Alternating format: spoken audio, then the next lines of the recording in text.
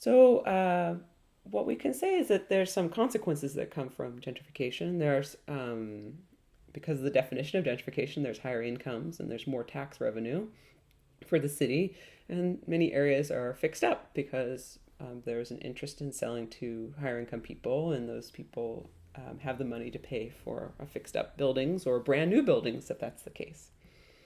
But we also see another consequence of this is that we see increasingly worldwide divided cities.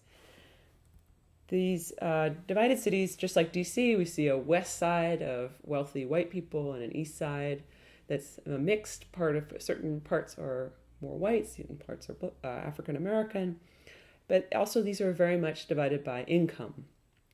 And what we see in DC and in many other cities is that we see a reorganization of the city for the wealthy to lure wealthy residents into the district and changing neighborhoods so that other people no longer feel as comfortable in those areas. They don't have the shops or restaurants that they can go to that are affordable or feel comfortable to them. So we see a reorganization of the city for the wealthy. But equally problematic about this is a continuing connection. There's a ever-present issue of housing. Housing today is primarily seen as an investment. And when we think about housing, we often see it as an investment for retirement. Before, if we had a pension, we could say, well, if I have a pension, I'll be okay, and when I retire, I won't be destitute. But now people are relying on their house. The house will help them. They can sell the house and maybe move to someplace cheaper, and they will be able to survive through retirement because they have a house that has increased in value over time. This focus on the investment side of housing and less about the actual living in the house and what the house does for you to satisfy your needs for shelter or community. This focus on investment is unfortunately tied to race, that the connection between race and by also in some connection as well with income. So that housing becomes a way that people, while they may not actually overtly say they're racist, they in practice often are racist because they look to maintaining a neighborhood in a certain way or changing a neighborhood in a certain way is perceived as good for housing values and therefore good. Part of this divided cities issue too is that with the reshaping of the city towards the more wealthy residents, it means, and we hear this a lot in DC, is that there's a large displacement, and displacement of low-income residents. And the low-income residents often go to parts of town that are really quite low income. We see this with pockets of areas in Anacostia that people end up in these areas, and they're quite low. They are quite a low income with little access to transportation or jobs. These people have been moved out of places that were quite wealthy now, but they have not actually had the benefits of gentrification. They've been pushed out. This displacement is problematic also because it has added not only a problem for the individuals being displaced, but also a problem for the neighborhoods and communities being destroyed because of people being pushed out. An example of this is the Arthur Caper public housing project that used to be located around 5th and K Southeast, right near the 395 freeway, the 6th Street exit on the southeast. So right near one of the exits to that you get off on Capitol Hill on the south side of the freeway. This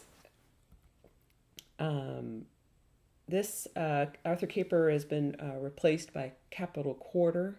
Arthur Caper used to house 707 households in the housing project that was there, and now it's been replaced by a mixed income development, which has relatively few people from the Arthur Caper public housing project, even though they were told that they could move in there.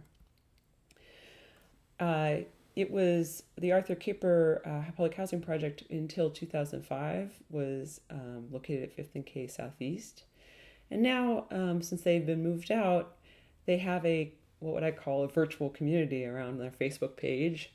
They have 394 members on their Facebook page, and they get together every year, at least once, for their annual picnic. They used to, a couple years ago, they were meeting twice a year for annual picnics that would bring together between 400 and 500 people. They meet every Friday to go bowling together.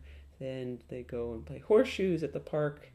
And they meet on a regular basis at Garfield Park, which is the park that they always went to as kids. So they continue the traditions of their community there. When I talk with people from Arthur Caper, it's very unusual because in the public discourse, public housing is always perceived as chaotic and there's nothing, everyone's sad and depressed for being there. But when I talk to people and interview them about Arthur Caper, they always talk about Arthur Caper's family.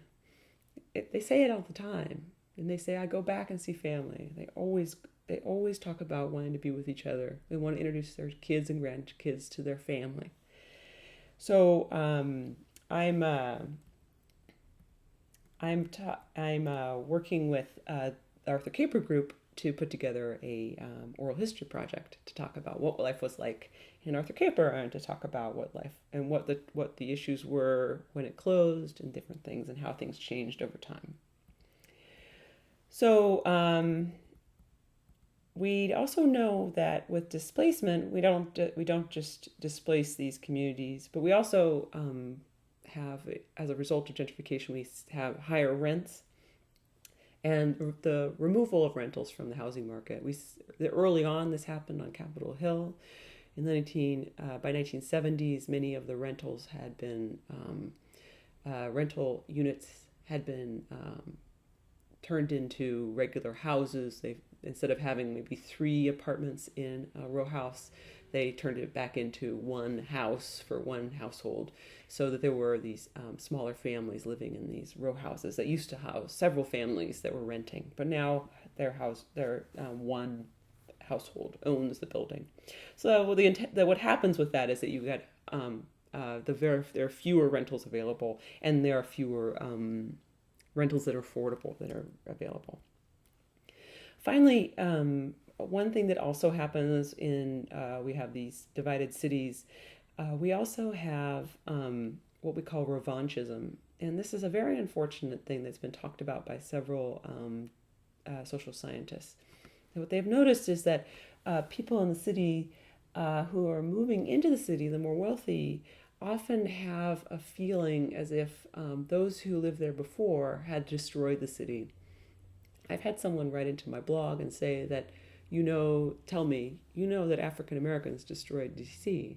This is a revanchist attitude, a belief that African Americans had destroyed the city, and therefore those new residents want to take out revenge on who they perceive as destroying the city. So people have talked about the revanchist city, the city that takes revenge, particularly on the poor and on minorities.